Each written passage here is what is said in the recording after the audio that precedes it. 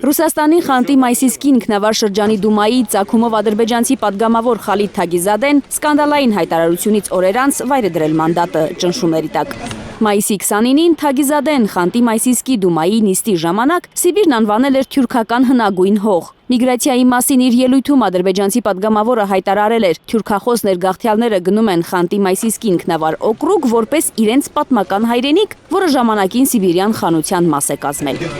Թագիզադեն գուցե արդեն հայրենիք Ադրբեջան է վերադառնում, բայց նրա առաքելությունն արդեն կատարված է շատ վերլուծաբանների կարծիքով։ Սումգայիցի պատգամավորի ելույթը մեսիջ էր, որ նորից լարվում են ռուս-ադրբեջանական հարաբերությունները։ Եթե բացառենք մեծ քաղաքականության մեջ պատահականությունները, այսինքն Թագիզադեի հայտարարությունը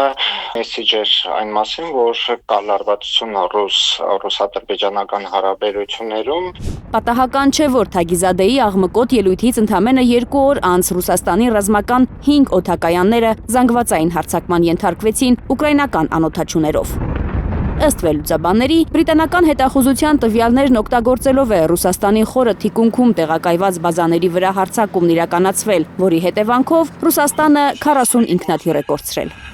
Հաշվի առնելով բրիտանա-ադրբեջանական սերտ կապերը, քաղաքագետ Աղվան Պողոսյանը չի բացառում, որ հարձակման համար որպես տարածք օգտագործվել է Ադրբեջանը, որի հետ մոտ 340 կիլոմետր սահման ունի Ռուսաստանը։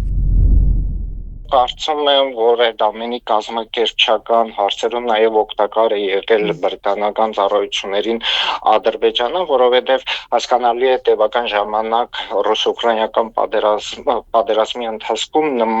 նմանատիպ գրագետ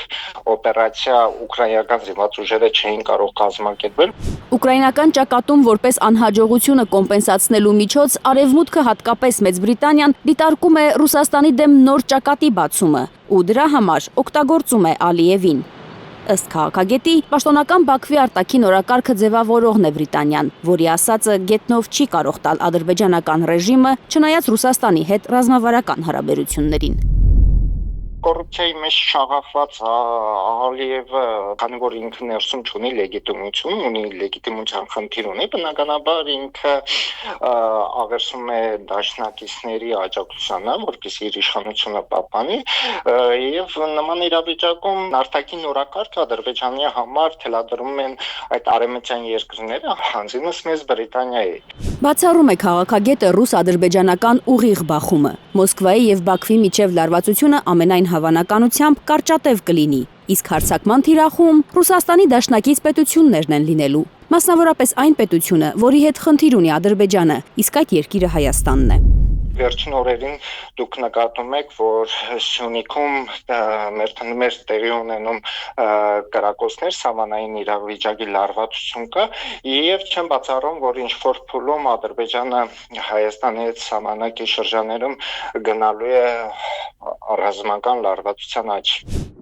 Սյունիքում միջանցք ունենալու թուրքական աշխարհի նկրտումներն իմանալով Պողոսյանը չի բացառում, որ ինչ-որ պահի այդ լարվածությունը կարող է ռազմական բախման վերածվել Հայաստանի եւ Ադրբեջանի միջև։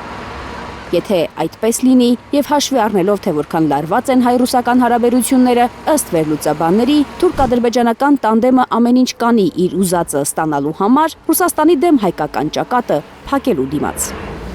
Թերեզա Կադաևչյան, Նորայր Հակոբյան, Հայլուր։